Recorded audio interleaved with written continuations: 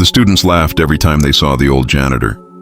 His uniform was faded, his shoes were torn, and his hands always smelled like cleaning chemicals.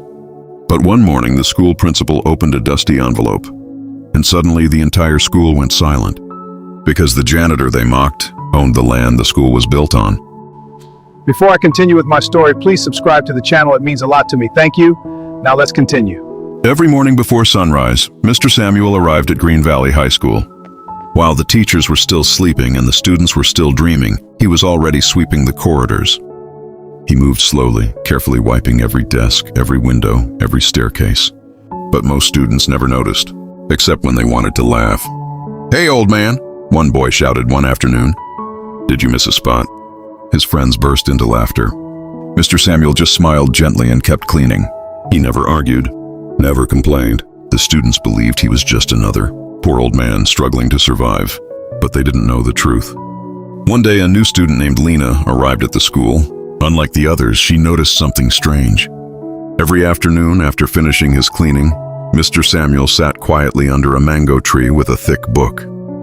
Not a newspaper, a law book. At first, Lena thought it was coincidence, but the next day he was reading another book. Then another. Curiosity grew inside her. Finally, she walked over to him.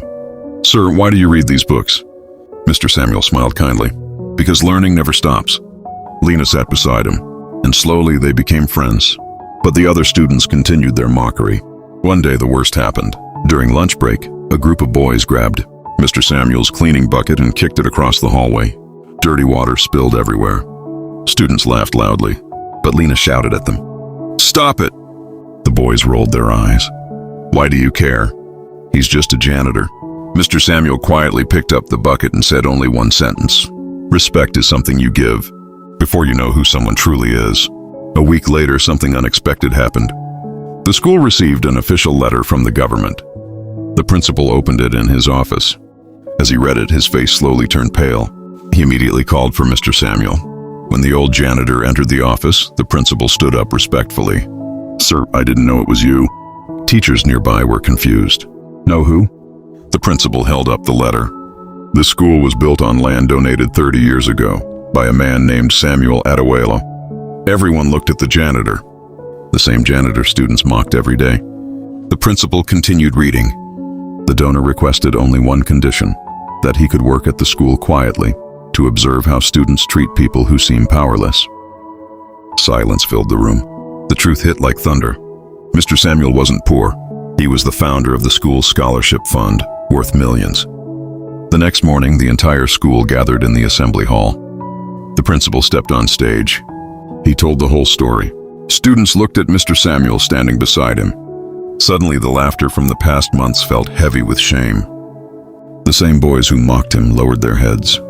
Then Mr. Samuel stepped forward. He didn't sound angry, only calm. "I never worked here to test your intelligence," he said.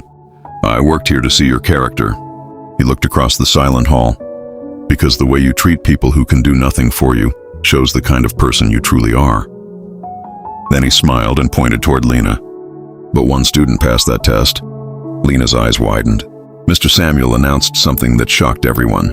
He would personally fund Lena's full university education, not because she was the smartest, but because she showed kindness when nobody else did. From that day forward, students at Green Valley High School never looked at the janitor the same way again. And whenever someone started to laugh at another person, they remembered the old man with the broom, the man who taught them that respect should never depend on someone's position. Sometimes the people we look down on are the very people who hold the power to change our lives. So treat everyone with kindness, because you never truly know who they are. Thank you for watching this short story. Remember to subscribe. It means a lot to me. We love you!